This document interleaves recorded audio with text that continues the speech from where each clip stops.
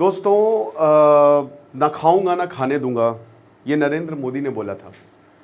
अब जो आरोप लगे हैं एक सिटिंग सीएम पर वो बहुत गंभीर हैं, जांच का विषय है, बात करेंगे दोस्तों। लेकिन देखिए, मैं आपको बहुत ही सिंप्लीफाइड तरीके से चीज़ें बताऊंगा, आखिरकार ये सब चीज़ें कैसे काम कर रही हैं, और ये कोई बड़ी बात नहीं है।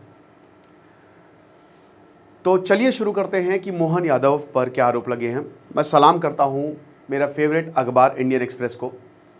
जब से मैंने पढ़ना शुरू किया है तो मैं इंडियन एक्सप्रेस पढ़ता हूं। ये एक ऐसा अखबार है जो सच के साथ हमेशा खड़ा रहता है और इसको कोई अभी भी टक्कर नहीं दे सकता। इनका एक्सप्लेन्ड सेक्शन कमाल का होता है। आशा करता हूं आप सब बहुत अच्छे होंगे। मेरा नाम है सिद्धांत अग्निहोत्री, स्टडी ग्लोस पे आपका बहुत बहुत स्वागत है। तो इंडियन एक्सप्रेस ने ये पड़ताल की है। अब प्रॉब्लम ये है कि इतनी ज़्यादा डिटेल में है ना कि आप इसको खारिज ही नहीं कर सकते। हालांकि मैं फिर से बोल रहा हूँ कि ये कोई फाइनल वर्डिक्ट नहीं है, ये जांच का विषय है। बट जो आरोप लग रहे हैं उसमें यही बोला जा रहा है कि शिवराज सिंह चौहान को हटा के आप मोहन यादव को लेकर आए 2023 में, लेकिन आते ही उनके ऊपर इतने गंभीर आरोप लग गए। मोहन यादव की बात करें तो इनको एकदम out of the blue CM बनाया गया था। शिवराज सिंह चौहान कृषि मंत्री हैं और मैंने उस वक्त भी बोला था कि इनको सीएम बने रहना चाहिए, बट एमपी से हटा के वो यहाँ पे लेकर आए। इससे पहले मोहन यादव, हर एक शहर की एक डेवलपमेंट अथॉरिटी होती है, सबसे ज़्यादा डेवलपमेंट वही होता है। तो उज्जैन डेवलपमेंट अथॉरिटी के ये चेयरमैन रहे 2010 के करीब।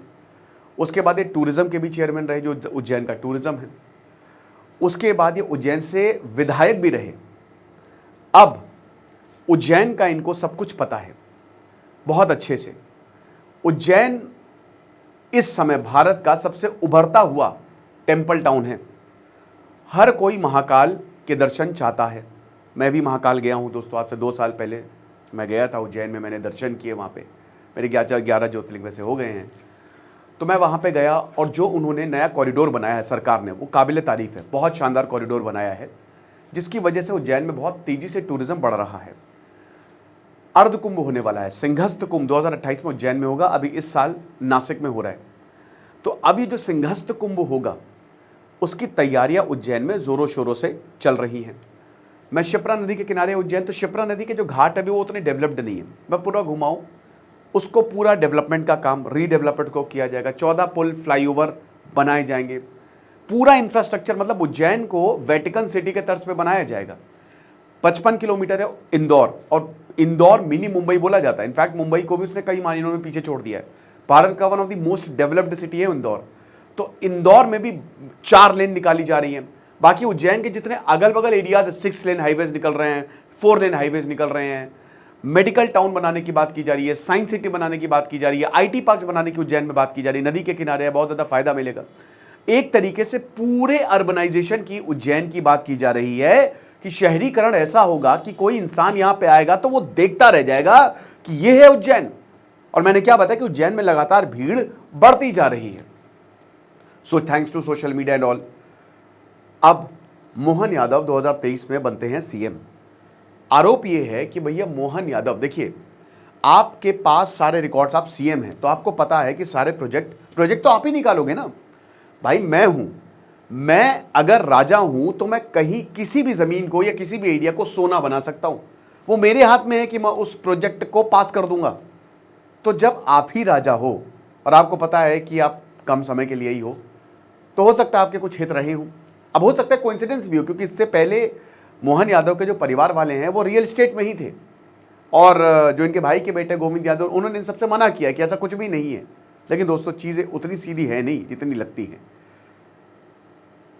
तो भाई जाहिर सी बात है कि ये जितने भी ब्यूरोक्रेट्स होते हैं या पॉलिटिशियन, जब सबसे ज़्यादा स्कैम होता है रियल एस्टेट में। कोई भी ज़मीन, उसका लेखा जोखा आपके पास है, आपको पता है कि कहाँ से हाईवे पास होगा। नहीं भी पास होगा तो हम वहाँ से पास करा देंगे। कौड़ियों के दाम में ज़मीन बेचो, फिर हाईवे पास कराओ, और उसके बाद क्या होगा, हाईवे या कोई भी इंफ्रास्ट्रक्चर बनाओ, बेहिसाब दामों में बेच दो। तो इस केस में ऐसा ही कुछ लग रहा है। मोहन यादव के पास जो इस समय कुल ज़मीन है वो 338 एकड़ है। अभी बताया जा रहा है दोस्तों, सिर्फ अभी पिछले साल जो रजिस्ट्री हुई थी वो 137 एकड़ की हुई थी, और लगभग 180 के करीब प्लॉट्स खरीदे गए। अब एकड़ के अगर आपको नहीं पता कि 1 एकड़ कितना होता है, मैं आपको बता दूं कि एक फुटबॉल फील्ड लगभग 44,000 स्क्वायर फीट, यानी कि आप 1 एकड़ में 44 2 BHK फ्लैट्स बना सकते हो, 44 BHK। तो यहां कितनी है कुल जमीन है? 318 एकड़। इतनी ज्यादा जमीन है यहां पे, और ये अलग अलग 335 एकड़ और 245 प्लॉट्स हैं। तो ये अलग अलग तरीके से इसको खरीदा गया है। 2024 में 45 करोड़ का 137 प्लॉट खरीदे, 168 एकड़। ये मैंने जनसत्ता से लिया है दोस्तों इमेज। 2021 से 23 तक 30 करोड़ के प्लॉट, 57 प्लॉट, 85 एकड़। अब आप देख सकते हैं कि यहाँ पे लगातार प्लॉट्स की संख्या बढ़ती जा रही है, और यहाँ पहले प्लॉट्स इतने नहीं खरीदे गए। अब हमेशा से सरकार में रही है, लेकिन जब मोहन यादव आए तो उसके बाद प्लॉट्स में वृद्धि दिखी। ये प्लॉट्स किसके नाम पे रजिस्टर्ड है? मोहन यादव की फैमिली, बहू, बेटे, भाई। किस कंपनी ने खरीदे? जो इनके भाई, जिन कंपनी के इनके भाई हिस्सेदार हैं, उन कंपनी, लगभग 4 कंपनीज हैं। तो भाई अब जाहिर सी बात है कि ये जब जांच में दायरे में है, बट क्या इस पर जांच बिठाई जाएगी? ये तो इन्वेस्टिगेशन एक इंडिपेंडेंट जर्नलिस्ट ने किया है ना? ये तो इंडियन एक्सप्रेस ने किया है ना। मामला कोर्ट में है ना, कोई FIR है, अभी कुछ भी नहीं है, लेकिन आपके सामने सारी चीजें रख दी। अब आप डिसाइड करिए कि आपको क्या लगता है, क्या वाकई में ऐसा हुआ है या नहीं हुआ है। चचेरे भाई नीलेश 108 एकड़ पत्नी सहित। चचेरे भाई गोविंद यादव 47 एकड़। नारायण यादव 19। नंदलाल, बहन, भाभी, भतीजा, इन सब के पास जमीनें हैं। क्या किया जाए? कोइंसिडेंस तो नहीं लग रहा है। अब क्या ये गलत है? बिल्कुल गलत नहीं है। आप जमीन खरीदिए, क्या है आपका, आपके पास पैसा है तो आप जमीन खरीद सकते हैं, और इनका परिवार रियल एस्टेट में रहा है। लेकिन ये तो गुरु इनसाइडर ट्रेडिंग होगी ना। तो मतलब किसानों, ऐसे आप किसानों से ज़मीन खरीदेंगे, छींकें आ जाती है, बट यहाँ पे किसानों की ज़मीन खरीद के फिर वहाँ पे इंफ्रास्ट्रक्चर बनाना है। लैंड रिफॉर्म भारत में हुए नहीं, ज़मीन अधिग्रहण का मामला हमेशा से अटका रहता है। तो ये आरोप हैं, और मैंने आपको यही बताया कि यही रियल एस्टेट में ही स्कैम होता है। हर जगह कहीं पर भी अगर आप देखोगे स्कैम। अब जैसे पुलिस है, उनके पास सारी विवादित ज़मीन का मामला आता है, कौन कौन सी कहाँ पे विवादित ज़मीन है, खेल कर जाते हैं उसमें। वो पुलिस है, उनकी किसी की औकात है उनके सामने बोलने की?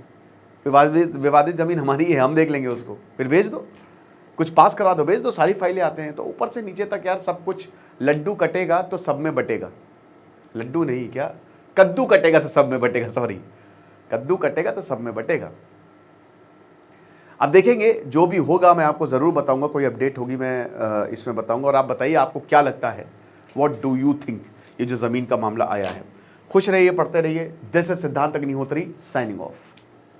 अरे एक चीज़ तो मैं आपको बताना ही भूल गया कि अगर आपको चाणक्य नीति, क्योंकि आचार्य चाणक्य ने सब बहुत अच्छे से बताया है, ये कोर्स अवेल करना है तो आप अवेल कर सकते हैं। Thank you.